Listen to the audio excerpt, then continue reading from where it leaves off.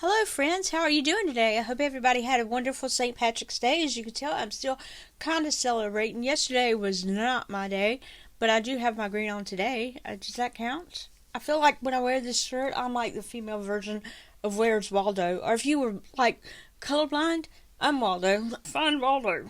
I had a few things that I wanted to touch on about the Meghan and Harry situation. I don't want to call him Prince because he is no longer a prince in my eyes since he walked away from those royal duties. When he married Meghan, I just don't understand a couple of things, and I hope that I point out some things that maybe some other people had not thought of.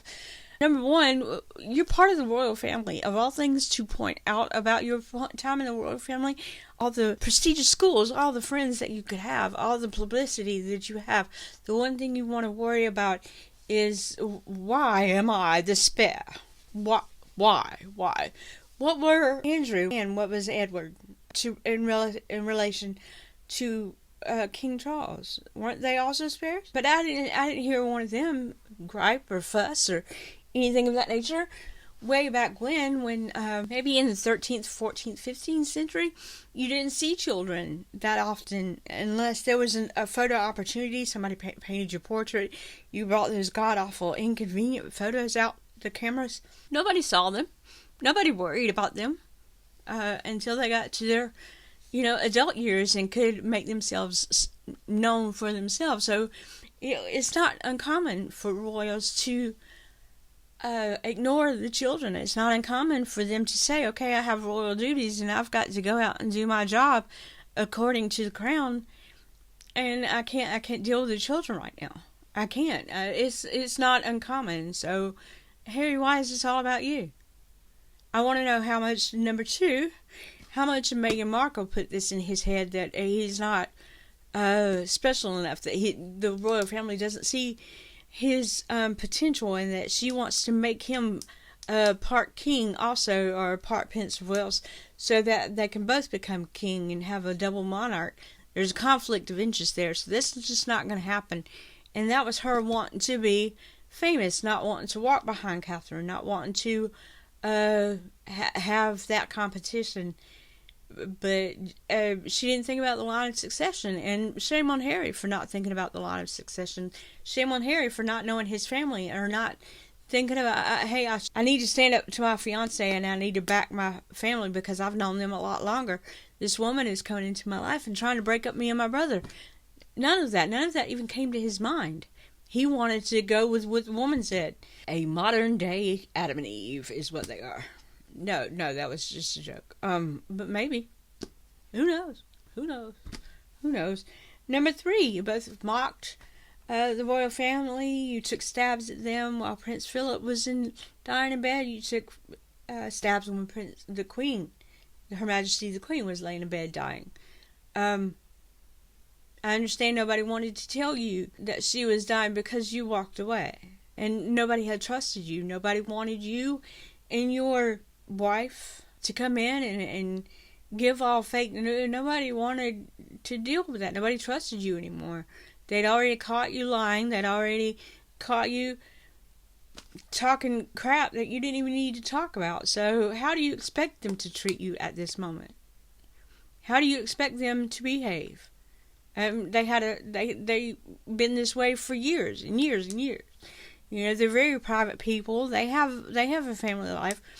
They have things that they don't want the public to know at this point. And you had interrupted all of that.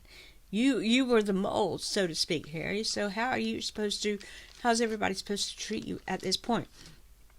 Number 4, you like to monetize everything. Everything that you do, everything that you touch, everything that you have put your name around, you want to monetize. You'd monetize a flower if it was to touch your hand.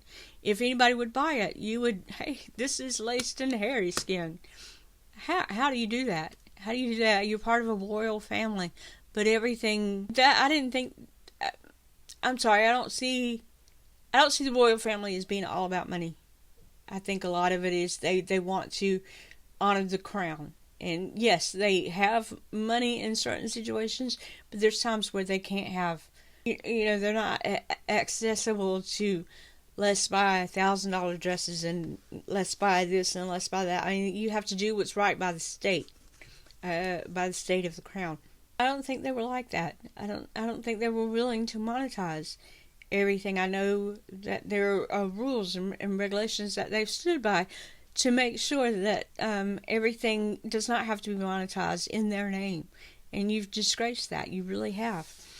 I do feel like at this moment, I have dealt with depression. I dealt with it strongly for many years. I will get into that later, but right now I do feel like Meghan does feel alone. I feel like she does feel like she had been abandoned, but it didn't need to be publicized. She didn't need to be such a child about it and victimize herself every time she has the camera pointed at her. She doesn't have to relay over and over and over how she was. I don't think she was a latchkey kid. I can't fathom that, but I think in her mind, in her own belief system, that she feels like she was somewhat abandoned and may have spent a portion of her childhood alone.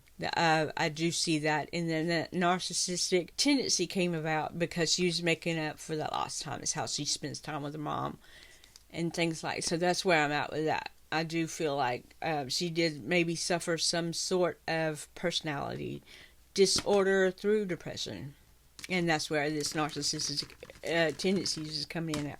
I think that the kids, that was my number 5.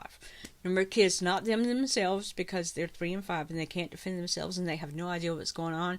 Bless their little souls. Bless their little souls. But if they did a surrogate and then fake pregnancies, shame on them. If they were never pregnant at all, but she walked around with this moon bump. If she acted like she was pregnant all this time, if Harry helped her, I mean, shame on you. Shame on you for lying to the royal family. Shame on you for lying to the public like that. If my children were related to King Charles, I would want them sitting on his lap, and I would want him to have pictures with his grandchildren, because I want my children's place in history. Whether or not it's money or not, I would want them to have their place in history. And right now they don't. All they are known as is Prince Archie and Princess Lily or Princess Betty, whoever you want to call them.